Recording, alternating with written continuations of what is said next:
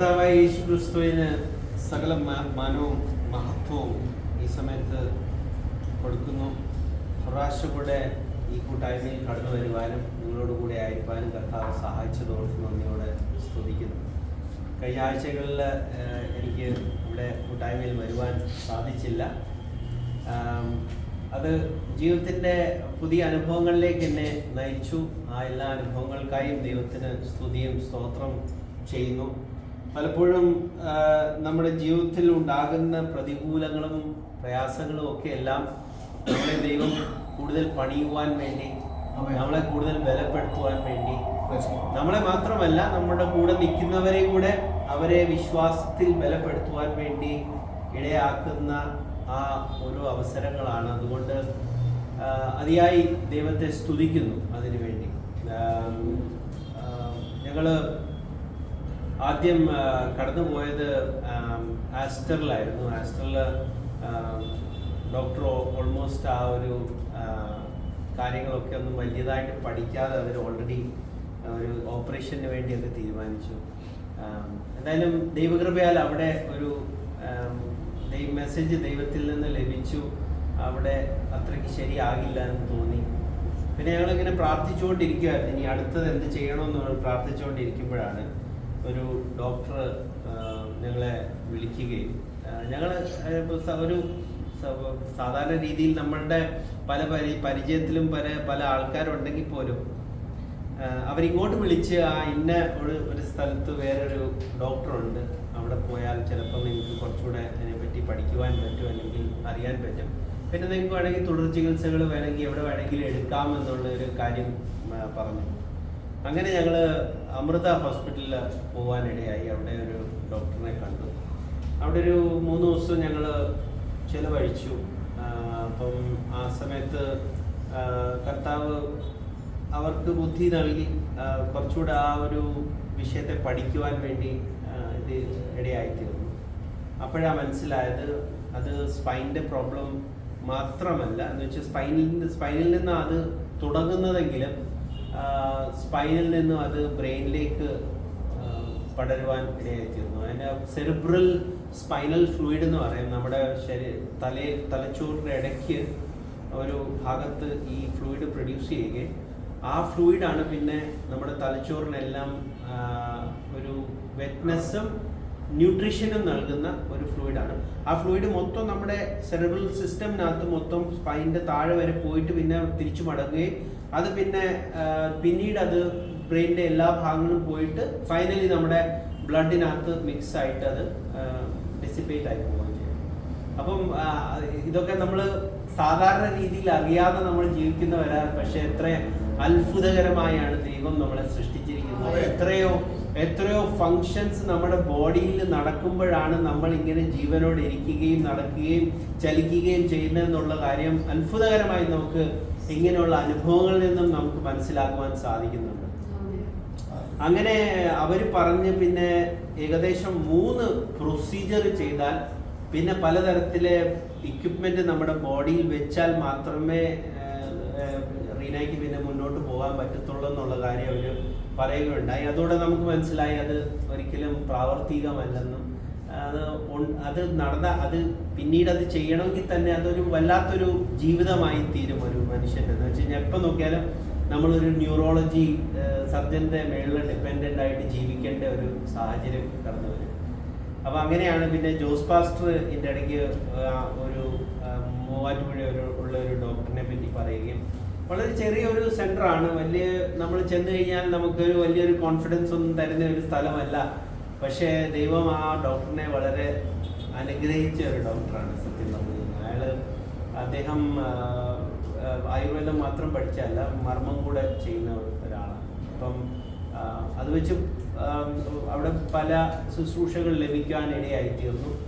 അത്ഭുതകരമായിട്ട് ആ ദിവസം വരെ ഏകദേശം ഒരു 10 ദിവസം റീനയ്ക്ക് ഒരു മണിക്കൂർ പോലും കിടക്കാൻ സാധിക്കാത്ത ഒരു സാഹചര്യമായിരുന്നു. എന്ന് വെച്ചാൽ കിടക്കുമ്പോൾ ഉടനെ ബോഡി മൊത്തം എമിനേറ്റ് ചെയ്യുന്ന പെയിനായിരുന്നു. അപ്പം ഒട്ടും ഉറക്കം ലഭിക്കാത്ത ഒരു സാഹചര്യമായിരുന്നു ആ ഒരു ഏകദേശം 10 ദിവസം. അവിടുത്തെ ഒരു 3 4 ദിവസത്തെ ട്രീറ്റ്മെൻറ്റും നമ്മൾ അതിൻ്റെ ഇടയ്ക്ക് പ്രാർത്ഥനയിൽ കുറച്ചുകൂടെ ബലപ്പെട്ടു. ആ സാക്ഷ്യമൊക്കെ ഞങ്ങൾ നിങ്ങളോട് ഷെയർ ചെയ്തിരുന്നല്ലോ. അപ്പം ആ പ്രാർത്ഥനയിൽ കൂടെ അവിടെ അത്ഭുതകരമായ വിടുതൽ ലഭിക്കുകയും ചെയ്തു. ദൈവം ഉറങ്ങാൻ എന്ന് വെച്ചാൽ റെസ്റ്റ് എടുത്താലല്ലേ റിക്കവറി വരത്തുള്ളൂ. അപ്പോൾ ആ ഒരു ഉറക്കത്തിൻ്റെ ആ ഒരു തുടക്കം ആ പ്രാർത്ഥനയിൽ നിന്ന് ലഭിച്ചു. അവർക്ക് അതിൻ്റെ ഒരു സൊല്യൂഷൻ ഇല്ല, ആയുർവേദത്തിന് അതിൻ്റെ ഒരു സൊല്യൂഷൻ ഇല്ല. എന്ന് വെച്ച് കഴിഞ്ഞാൽ അവർ പെയിൻ കില്ലറിലൊന്നും ബിലീവ് ചെയ്യുന്നില്ല. അവർ പറയുന്നതെന്ന് വെച്ച് കഴിഞ്ഞാൽ പെയിൻ ഇല്ലാത്ത സിറ്റുവേഷനിൽ നമുക്ക് കടന്നു വരാൻ പറ്റുമെങ്കിൽ നിങ്ങൾക്ക് ഞങ്ങളുടെ ചികിത്സയ്ക്ക് എന്തായാലും കുറച്ച് സമയം എടുക്കും. ആ ഒരു സമയത്ത് പെയിൻ ഇല്ലാതെ നിൽക്കാൻ പറ്റും. അപ്പോൾ അതായിരുന്നു നമ്മുടെ പ്രാർത്ഥന. എങ്ങനെയെങ്കിലും ആ പെയിൻ കില്ലർ മാറ്റാൻ പറ്റണം, ആ പെയിൻ കില്ലർ ഇല്ലാതെ നിൽക്കാൻ പറ്റും. അപ്പോൾ എന്തായാലും ഒരു 3-4 ദിവസം കഴിഞ്ഞപ്പോഴത്തേക്ക് അത്ഭുതകരമായ ഒരു ചേഞ്ച് അതിൽ നിന്ന് ഉണ്ടായി. പെയിൻ കില്ലർ റീന തന്നെ ഇനി വേണ്ട എന്നുള്ളൊരു ഇതിലേക്ക് മാറി. അങ്ങനെ നമ്മൾ പതുക്കെ റിലീഫായി. അപ്പം ഇപ്പം ഏകദേശം ഒരു 15 മണിക്കൂർ 16 മണിക്കൂർ കിടന്നുകൊണ്ട് റെസ്റ്റ് എടുക്കാൻ പറ്റുന്നതാണ്. ആ ഒരു സിറ്റുവേഷനിലായി. ദൈവത്തിന് അതിയായി സ്തുതിക്കുന്ന ദൈവം അതിന് ഈ ദിവസങ്ങളിലൊക്കെ ബുദ്ധിയും വിവേകവും പരിജ്ഞാനവും കർത്താവ് ഓരോ സ്ഥലങ്ങളിലേക്ക് നയിക്കുകയും ചെയ്തു. അങ്ങനെ ഞങ്ങൾക്ക് വലിയൊരു റിലീഫായി. ഈ ദിവസങ്ങളിലൊക്കെ കൂടുതൽ കൂടെ പ്രാർത്ഥിക്കുവാനും ബലപ്പെടുവാനും ഒക്കെയുള്ള അവസരങ്ങളായിരുന്നു. അപ്പോൾ അങ്ങനെ ഒരു സാഹചര്യം നമുക്ക് ലഭിക്കുന്നത് ഒരാൾ ആ ഒരു സിറ്റുവേഷനിലാകുമ്പോഴാണ് നമ്മൾ അങ്ങനെ നമുക്ക് അവരുടെ കൂടെ ആ ശുശ്രൂഷ ചെയ്യുവാൻ സാധിക്കുന്നതും അവരോട് അങ്ങനെ നമുക്ക് കമ്മ്യൂണിക്കേറ്റ് ചെയ്യാൻ സാധിക്കുന്നതും. അങ്ങനെ ദൈവം ഇനിയും നടത്തട്ടെ. പ്രാർത്ഥനയിൽ വീണ്ടും ഓർക്കുക. ഇന്ന് പ്രത്യേകിച്ചൊരു വിഷയം ഞാൻ പ്രിപ്പയർ ചെയ്തിട്ടില്ല, പക്ഷേ എന്നാലും ഇന്നലെ ഞങ്ങൾ ചെയ്ത ഒരു വിഷയത്തെ പറ്റി നമുക്ക് സംസാരിക്കാം. സദൃശ്യവാക്യങ്ങളിൽ 8-ാമത്തെ അധ്യായം അതിൻ്റെ ആദ്യം മുതൽ നമുക്ക് വായിക്കാം. അത് മൊത്തം വായിച്ച് നമുക്ക് അതിൽ നിന്നുള്ള കാര്യം വിളിച്ചു പറയുന്നില്ലയോ? ബുദ്ധിയായവൾ തന്റെ സ്വരം കേൾപ്പിക്കുന്നില്ലയോ? അവൾ വഴിയരികെ വീടുകളുടെ മുകളിൽ പാതകൾ കൂടുന്നിടത്ത് നിൽക്കുന്നു. അവൾ പടിവാതിലുകളുടെ അരികത്തും പട്ടണവാതിൽക്കലും ഗോപുരദ്വാരത്തിങ്കലും ഘോഷിക്കുന്നത്, പുരുഷന്മാരെ ഞാൻ നിങ്ങളോട് വിളിച്ചു പറയുന്നു, എന്റെ സ്വരം മനുഷ്യപുത്രന്മാരുടെ അടുക്കിലേക്ക് വരുന്നു. അല്പബുദ്ധികളെ സൂക്ഷ്മബുദ്ധി ഗ്രഹിച്ചുകൊള്ളുവിൻ, മൂഢന്മാരെ വിവേക ഹൃദയരാകുവിൻ. കേൾപ്പിൻ, ഞാൻ ഉത്കൃഷ്ടമായത് സംസാരിക്കും, എന്റെ അധരങ്ങളെ തുറക്കുന്നത് നേരിനായിരിക്കും. എന്റെ വായിൽ സത്യം സംസാരിക്കും, ദുഷ്ടത എന്റെ അധരങ്ങൾക്ക് അറപ്പാകുന്നു. എന്റെ വായിലെ മൊഴിയൊക്കെയും നീതിയാകുന്നു, അവയിൽ വക്രവും വികടവുമായത് ഒന്നുമില്ല. അവയെല്ലാം ബുദ്ധിമാനും തെളിവും പരിജ്ഞാനം ലഭിച്ചവർക്ക് നേരുമാകുന്നു. വെള്ളിയേക്കാൾ എന്റെ പ്രബോധനവും മേൽത്തരമായ പൊന്നിനേക്കാൾ പരിജ്ഞാനവും കൈക്കൊള്ളും. ജ്ഞാനം മുത്തുകളെക്കാൾ നല്ലതാകുന്നു, മനോഹരമായതൊന്നും അതിന് തുല്യമാകുകയില്ല. ജ്ഞാനം എന്ന ഞാൻ സൂക്ഷ്മബുദ്ധിയെ എന്റെ പാർപ്പിടമാക്കുന്നു, ജ്ഞാനവും പകതിരവും ഞാൻ കണ്ടുപിടിക്കുന്നു. യഹോഭക്തി ദോഷത്തെ വെറുക്കുന്നതാകുന്നു, ഡംഭം, അഹങ്കാരം, ദുർമാർഗം, വക്രതയുള്ള വായി എന്നിവയെ ഞാൻ പകയ്ക്കുന്നു. ആലോചനയും പരിജ്ഞാനവും എനിക്കുള്ളത്, ഞാൻ തന്നെ വിവേകം. എനിക്ക് വീര്യബലമുണ്ട്, ഞാൻ മുഖാന്തരം രാജാക്കന്മാർ വാഴുന്നു, പ്രഭുക്കന്മാർ നീതിയെ നടത്തുന്നു. ഞാൻ മുഖാന്തരം അധിപന്മാരും പ്രധാനികളും ഭൂമിയിലെ ന്യായാധിപന്മാരൊക്കെയും ആധിപത്യം നടത്തുന്നു. എന്നെ സ്നേഹിക്കുന്നവരെ ഞാൻ സ്നേഹിക്കുന്നു, എന്നെ ജാഗ്രതയോടെ അന്വേഷിക്കുന്നവർ എന്നെ കണ്ടെത്തും. എന്റെ പക്കൽ ധനവും മാനവും പുരാതന സമ്പത്തും നീതിയും ഉണ്ട്. എന്റെ ഫലം പൊന്നിലും തങ്കത്തിലും, എന്റെ ആദായം മേൽത്തരമായ വെള്ളിയിലും നൽകും. എന്നെ സ്നേഹിക്കുന്നവർക്ക് വസ്തുവക അവകാശമാക്കി കൊടുക്കുകയും അവരുടെ ഭണ്ഡാരങ്ങളെ നിറയ്ക്കുകയും ചെയ്യേണ്ടതിന് ഞാൻ നീതിയുടെ മാർഗത്തിലും ന്യായത്തിന്റെ പാതകളിലും നടക്കുന്നു. യഹോവ പണ്ടുപണ്ടേ എന്റെ വഴിയുടെ ആരംഭമായി തന്റെ പ്രവൃത്തികളുടെ ആദ്യമായി എന്നെ ഉറവാക്കി. ഞാൻ പുരാതനങ്ങളിൽ ആദിയിൽ തന്നെ ഭൂമിയുടെ ഉൽപ്പത്തിക്ക് മുമ്പേ നിയമിക്കപ്പെട്ടിരിക്കുന്നു. ആഴങ്ങൾ ഇല്ലാതിരുന്നപ്പോൾ ഞാൻ ജനിച്ചിരിക്കുന്നു, വെള്ളം നിറഞ്ഞ ഉറവുകൾ ഇല്ലാതിരുന്നപ്പോൾ തന്നെ. പർവ്വതങ്ങളെ സ്ഥാപിച്ചതിന് മുമ്പേയും കുന്നുകൾക്ക് മുമ്പേയും ഞാൻ ജനിച്ചിരിക്കുന്നു. അവൻ ഭൂമിയെയും വയലുകളെയും ഭൂതലത്തിന്റെ പൊടിയുടെ തുകയെയും ഉണ്ടാക്കിയില്ലാത്ത സമയത്ത് തന്നെ അവൻ ആകാശത്തെ ഉറപ്പിച്ചപ്പോൾ ഞാൻ അവിടെ ഉണ്ടായിരുന്നു. അവൻ ആഴത്തിന്റെ ഉപരിഭാഗത്ത് വൃത്തം വരച്ചപ്പോഴും അവൻ മീതെ മേഘങ്ങളെ ഉറപ്പിച്ചപ്പോഴും ആഴത്തിന്റെ ഉറവുകൾ തടിച്ചപ്പോഴും വെള്ളം അവന്റെ കൽപ്പനയെ അതിക്രമിക്കാതെ വണ്ണം അവൻ സമുദ്രത്തിന് അതിർ വെച്ചപ്പോഴും ഭൂമിയുടെ അടിസ്ഥാനം ഇട്ടപ്പോഴും ഞാൻ അവന്റെ അടുത്ത് ശില്പിയായിരുന്നു. ഇടവിടാതെ അവന്റെ മുമ്പിൽ വിനോദിച്ചുകൊണ്ട് ദിനം പ്രതി അവന്റെ പ്രമോദമായിരുന്നു. അവന്റെ ഭൂതലത്തിൽ ഞാൻ വിനോദിച്ചുകൊണ്ടിരുന്നു. എന്റെ പ്രമോദം മനുഷ്യപുത്രന്മാരോട് കൂടെയായിരുന്നു. ആകയാൽ മക്കളെ, എന്റെ വാക്ക് കേട്ടുകൊള്ളുന്നു. എന്റെ വഴികളെ പ്രമാണിക്കുന്നവർ ഭാഗ്യവാന്മാർ. പ്രബോധനം കേട്ട് ബുദ്ധിമാന്മാരായിരിക്കും, അതിനെ ത്യജിച്ചു കളയരുത്. ദിവസം പ്രതി എന്റെ പടിവാതിൽക്കൽ ജാഗരിച്ചും എന്റെ വാതിൽ കട്ടളയ്ക്കൽ കാത്തുകൊണ്ട് എന്റെ വാക്ക് കേട്ടനുസരിക്കുന്ന മനുഷ്യൻ ഭാഗ്യവാൻ. എന്നെ കണ്ടെത്തുന്നവൻ ജീവനെ കണ്ടെത്തുന്നു, അവൻ യഹോവയുടെ കടാക്ഷം പ്രാപിക്കുന്നു. എന്നോട് പിഴയ്ക്കുന്നവനോ തനിക്ക് പ്രാണഹാനി വരുത്തുന്നു. എന്നെ ദ്വേഷിക്കുന്നവരൊക്കെയും മരണത്തെ ഇച്ഛിക്കുന്നു. ഞാൻ അപ്പോൾ ഇവിടെ എന്തിനെ കുറിച്ചാണ് സംസാരിക്കുന്നതെന്ന് അറിയാം. ജ്ഞാനത്തെ കുറിച്ചാണ് സംസാരിക്കുന്നത്. അപ്പം ജ്ഞാനം ആയവൾ എന്ന് പറയുന്നു. അപ്പൊ സ്ത്രീയാണോ ജ്ഞാനം? സ്ത്രീയോട് ഉപമിച്ചിരിക്കുന്നു. അപ്പോൾ ചിലപ്പം ഹെബ്രായ ഭാഷയുടെ അല്ലെങ്കിൽ പോയറ്റിക് ഭാഷ, നമ്മൾ സാധാരണ പോയറ്റിക് ഭാഷയിൽ ഇതുപോലെ സംസാരിക്കുന്നുണ്ട്, അവൾ, ഇവൾ അല്ലെങ്കിൽ അവൻ എന്ന് റെഫർ ചെയ്തിട്ട്. അപ്പം നമ്മളിപ്പം എൻ്റെ ബുദ്ധിയെ കുറിച്ച് സംസാരിക്കും. ഇപ്പോൾ വിൽസന്റെ ബുദ്ധിയിൽ ചില പ്രശ്നങ്ങളുണ്ട്. അത് കഴിഞ്ഞിട്ട് അടുത്ത സെന്റൻസിന് ഒന്നെങ്കിൽ വിൽസന്റെ ബുദ്ധി എന്ന് പറയാം, അല്ലെങ്കിൽ അവളോ അവനോ എന്ന് പറഞ്ഞിട്ട് വേണമെങ്കിൽ ബുദ്ധിയെ റെഫർ ചെയ്യാം. ഇത് സാധാരണ ഒരു ലാംഗ്വേജിന്റെ കൺസ്ട്രക്ട് പോലും അങ്ങനെ തന്നെയാണ്. ഇപ്പം നമ്മളിപ്പോൾ എൻ്റെ ഫ്രണ്ടിനെ പറ്റി പറഞ്ഞു കഴിഞ്ഞാൽ എൻ്റെ ഫ്രണ്ട് നല്ലവനാണ് അവൻ എന്ന് പറഞ്ഞു കഴിഞ്ഞാൽ പിന്നെ ഫ്രണ്ടിനെ പറ്റിയാണ് നമ്മൾ പറയുന്നത്. അപ്പോൾ ആ ഒരു രീതിയിൽ നമ്മൾ ഭാഷകളെ മനസ്സിലാക്കിയില്ലെങ്കിൽ ഇവിടെ നമ്മൾ എന്തുവാ, ഞാൻ അവന്റെ വലതുഭാഗത്തുണ്ടായിരുന്നു എന്ന് പറഞ്ഞു കഴിഞ്ഞാൽ ഒരു സ്ത്രീയാണോ അവിടെ വലതുഭാഗത്തുണ്ടായിരുന്നത്? അതൊക്കെ ദൈവത്തിന്റെ പരിജ്ഞാനത്തെ പറ്റിയാ പറയുന്നത്. ദൈവത്തിന്റെ ജ്ഞാനം ത്തെ വിശേഷിപ്പിക്കുന്ന ഒരു പോയറ്റിക് ലാംഗ്വേജിലാണ് ശലോമോൻ ഇവിടെ എഴുതുന്നത്. പിന്നെ നമ്മൾ കാണുന്നു, സകലത്തിനെ ഉളവാക്കിയതിന് മുൻപ്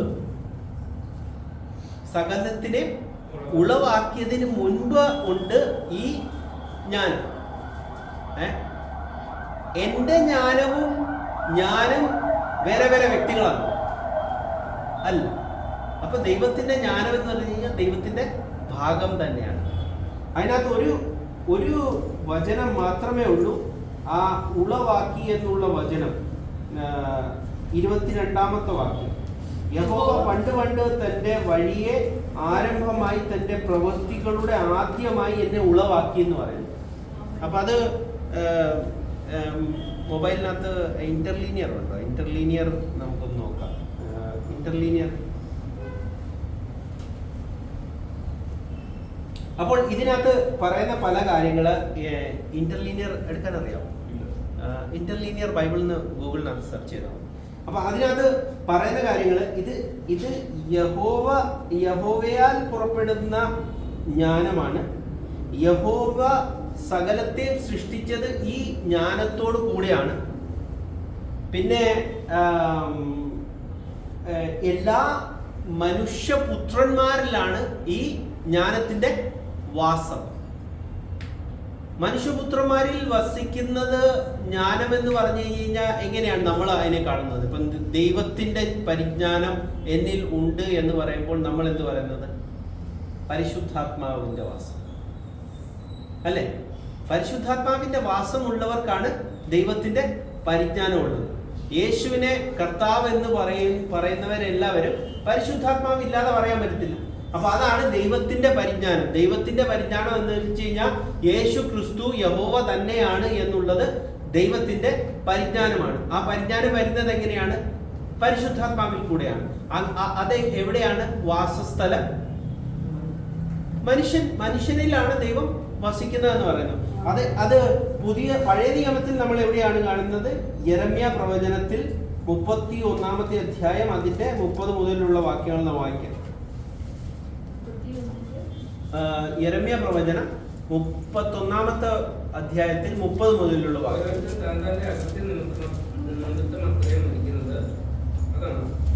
അപ്പം ഞാനൊരു പുതിയ നിയമം ചെയ്യുമെന്നുള്ള കാലം വരും. ഞാൻ അവരുടെ പിതാക്കന്മാരെ കൈക്ക് പിടിച്ച് മിസ്രയീം ദേശത്തു നിന്ന് കൊണ്ടുവന്ന നാളിൽ ഞാൻ അവരോട് ചെയ്ത നിയമം പോലെയല്ല. ഞാൻ അവർക്ക് ഭർത്താവായിരുന്നിട്ടും അവർ എന്റെ നിയമം ലംഘിച്ചു കളഞ്ഞു. പിന്നെ എന്നാൽ ഈ കാലം കഴിഞ്ഞ ശേഷം ഞാൻ ഇസ്രായേൽ ജനത്തോട് ചെയ്യുവാനിരിക്കുന്ന നിയമം ഇങ്ങനെയായിരുന്നു. ഞാൻ എന്റെ ന്യായപ്രമാണം അവരുടെ ഉള്ളിലാക്കി അവരുടെ ഹൃദയങ്ങളിൽ എഴുതും. ഞാൻ അവർക്ക് ദൈവമായും അവർ എനിക്ക് ജനമായും ഇരിക്കും എന്ന യഹോവയുടെ അരുളപ്പാട്. ഇനി അവരിൽ ആരും തന്റെ കൂട്ടുകാരനെയും എന്റെ സഹോദരനെയും യഹോവയെ അറിയുക എന്ന് ഉപദേശിക്കുകയില്ല. അപ്പം ഞാൻ അവരിൽ എന്റെ നിയമം അവരുടെ ഉള്ളിലാക്കും എന്ന് പറഞ്ഞു കഴിഞ്ഞാൽ ദൈവത്തിന്റെ ആത്മാവ് നമ്മളിൽ വസിച്ചുകൊണ്ട് ദൈവത്തിന്റെ വാസസ്ഥലമായി തീരുക. നിങ്ങളുടെ ശരീരം ദൈവത്തിന്റെ ആലയ മന്ദിരങ്ങളല്ലയോ എന്ന് പറയുമ്പോൾ ആ ഒരു വാസസ്ഥലം ദൈവത്തിന്റെ ആത്മാവ് വന്ന് വസിക്കുമ്പോൾ ആ വാസസ്ഥലമായിരിക്കുന്ന മനുഷ്യൻ അവന്റെ തലയാരാ? ക്രിസ്തു. അപ്പൊ ഇത് ആരെ പറ്റിയാണ് ഇപ്പൊ സംസാരിക്കുന്നത്? ക്രിസ്തുവിനെ പറ്റിയാണ് സംസാരിക്കുന്നത്. തലയെന്ന് പറഞ്ഞു കഴിഞ്ഞാൽ ബുദ്ധി, നമ്മളെ നയിക്കുന്നത്, നമ്മളെ പരിപാലിക്കുന്നത്, നമ്മൾ ഓരോ കാര്യങ്ങൾ വിവേചിക്കുമ്പോൾ നമ്മൾ എങ്ങനെയാണ് ലോകത്തിന്റെ ബുദ്ധിപ്രകാരമാണ് നമ്മൾ വിവേചിക്കേണ്ടത്, അത് ക്രിസ്തുവിന്റെ പ്രകാരമാണ്. അതുകൊണ്ടാണ് ആത്മാവായ ക്രിസ്തു നമ്മളോട് തലയായി തീരുന്നെന്ന് പറഞ്ഞത്. തല കൊണ്ടാണ് നമ്മൾ ഓരോ തീരുമാനങ്ങൾ എടുക്കുന്നത്. നമ്മൾ ബ്രെയിനകത്തുള്ള ഇത് വെച്ചാണ് നമ്മൾ ഓരോ തീരുമാനങ്ങൾ എടുക്കുന്നത്. ആ തീരുമാനങ്ങൾ എടുക്കുന്ന സ്ഥാനത്തിരിക്കുന്ന ആരാ? ക്രിസ്തു. അതുകൊണ്ട് ആ തലയെ മൂടരുത് മനുഷ്യൻ അല്ലെങ്കിൽ ആണെന്ന് പറയുന്നത്. അവന് ക്രിസ്തു വെളിപ്പെട്ടവനാണെങ്കിൽ അവൻ ഒരിക്കലും തലയെ മൂടത്തില്ല. അവൻ പ്രാർത്ഥിക്കുമ്പോഴും പ്രവചിക്കുമ്പോഴും അവൻ തലയെ മൂടത്തില്ല. എന്നാൽ സ്ത്രീകൾ തലയെ മൂടണം എന്ന് പറയുന്നത് എന്തുകൊണ്ടാണ്? സ്ത്രീകളുടെ തല പുരുഷനാണ്.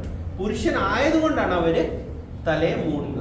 ആ പുരുഷന്റെ പ്രൊട്ടക്ഷനിലായിരിക്കുന്നത് കൊണ്ട്, ആ പുരുഷനെ അവർ തലയായി കാണുന്നത് കൊണ്ടാണ് അവര് തലയെ മൂടണം എന്ന് പറയുന്നത്.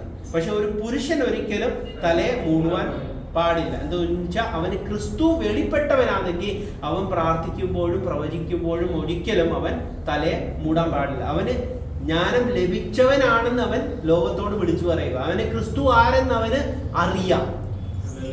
പക്ഷെ ഇവിടെ ക്രിസ്തു എന്ന ആ ആത്മാവിനെ വിളിക്കുന്നത് എങ്ങനെയാണ്? അവൾ എന്നാണ് പറയുന്നത്. അവൾ എന്നാണ് പറയുന്നത്. എന്തുകൊണ്ടാണ്? ഇവിടെ പരിജ്ഞാനം എന്ന എബ്രായ ഭാഷയിലോ അല്ലെങ്കിൽ നമ്മൾ പോയറ്റിക് ലാംഗ്വേജിലോ പറയുമ്പോൾ ആ ഒരു പർട്ടിക്കുലർ നോളേജിനെ റെഫർ ചെയ്യുന്നത് ഒരു ഫെമിനിസ്റ്റ് വേയിലാണ് അതിനെ റെഫർ ചെയ്യുന്നത്. അതുകൊണ്ട് നോളേജ് ആയിട്ട് ഈ ഒരു ഭാഗം നമ്മൾ പറയുമ്പോൾ അതിനെ അവൾ എന്ന് വിളിക്കുന്നു. പക്ഷേ പരിശുദ്ധാത്മാവിനെ അവൾ എന്നാണ് പുതിയ നിയമത്തിൽ വിളിച്ചിരിക്കുന്നത്? അല്ല. എങ്ങനെയാ വിളിച്ചിരിക്കുന്നത്? നമുക്ക് എവിടെയാ? അവൻ എന്നാണ് അല്ലേ? 14-ാമത്തെ അധ്യായമല്ലേ? സത്യത്തിന്റെ ആത്മാവ് വരുമ്പോൾ സത്യത്തിൽ വഴി നടത്തും. അല്ലെ അവൻ വരുമ്പോൾ അവൻ നിങ്ങളെ ഉപദേശിക്കും. അപ്പം 14 മുതൽ 16 വരെയുള്ള അധ്യായങ്ങൾ നമ്മൾ യോഹന്നാന്റെ സുവിശേഷം വായിക്കുമ്പോൾ അവിടെ അവൻ ആണ്. ഞാൻ പോകുമ്പോൾ മറ്റൊരു കാര്യസ്ഥൻ നിങ്ങൾക്ക് പിതാവ് അയച്ചു തരും. ആ അവൻ വന്ന് നിങ്ങളെ ഉപദേശിക്കും.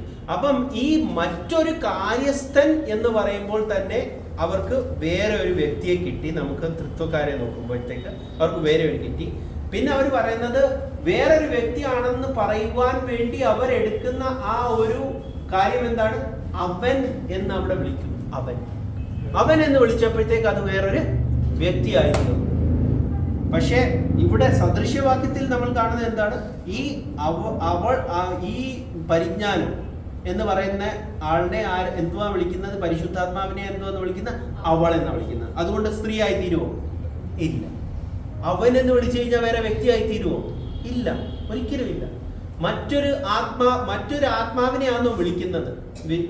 അത് നമുക്ക് പിന്നെ കാണാം. മറ്റൊരു ആത്മാവിന്റെ കാര്യം നമുക്ക് പിന്നെ കാണാം. പക്ഷെ അവൻ എന്ന് വിളിക്കുന്നത് കൊണ്ട് പരിശുദ്ധാത്മാവ് വേറെ ഒരു വ്യക്തിയാക്കി മാറ്റിയ സമ്പ്രദായത്തിലാണ് പലരും ഇന്ന് ക്രിസ്തീയ ഗോളത്തിൽ. അപ്പോൾ നമുക്ക് ഇനി കാണേണ്ടത് യോവേൽ പ്രവചനത്തിൽ 2-ാമത്തെ അധ്യായം അതിൻ്റെ 2:30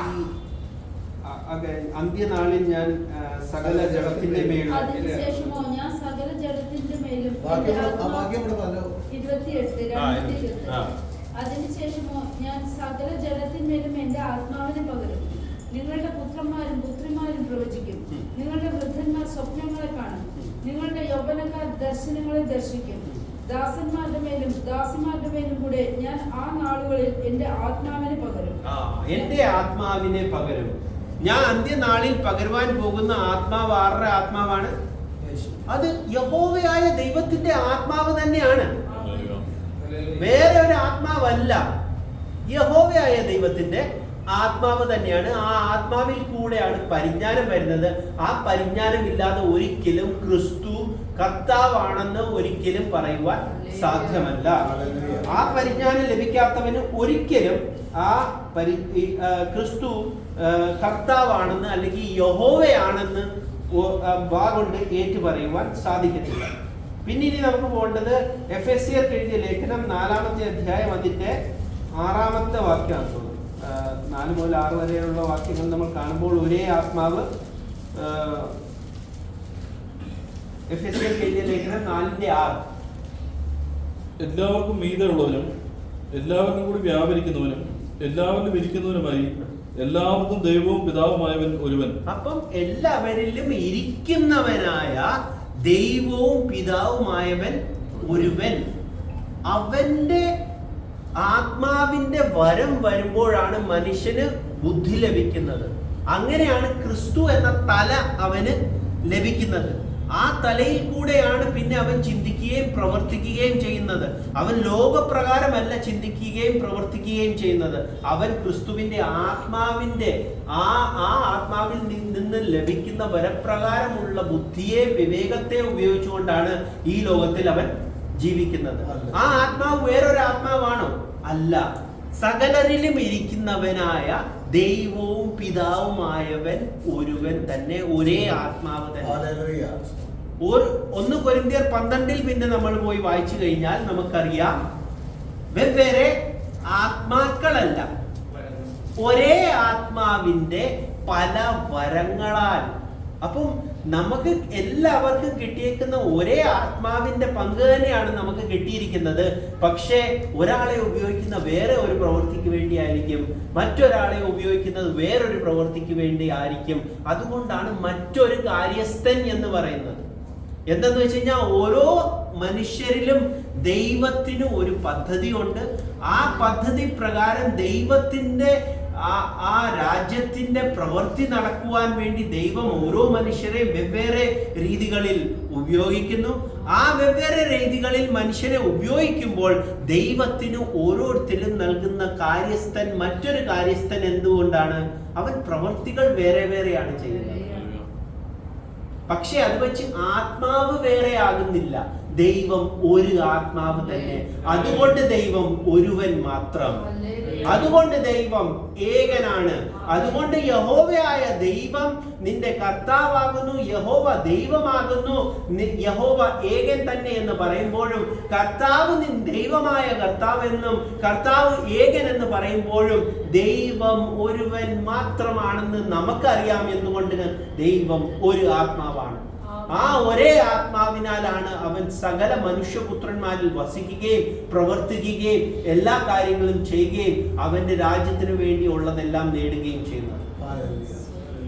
അപ്പോൾ ആ ആത്മാവിനെ അറിയുന്നവരെ, ആ ആത്മാവിന്റെ വിവേചനം ലഭിച്ചവരെ, ആ ആത്മാവിന്റെ ബുദ്ധിയെ ലഭിച്ചവർക്ക് മാത്രമേ യേശു കർത്താവാണെന്ന് പറയുവാൻ സാധിക്കൂ. അങ്ങനെ ദൈവം ഈ ഒരു ചെറിയ മെസ്സേജിൽ കൂടെ എല്ലാവരെയും അനുഗ്രഹിക്കട്ടെ എന്ന് പ്രാർത്ഥിച്ചുകൊണ്ട് ഞാൻ എൻ്റെ വാക്കുകളെ ചുരുക്കുന്നു. ദൈവം എല്ലാവരെയും അനുഗ്രഹിക്കട്ടെ.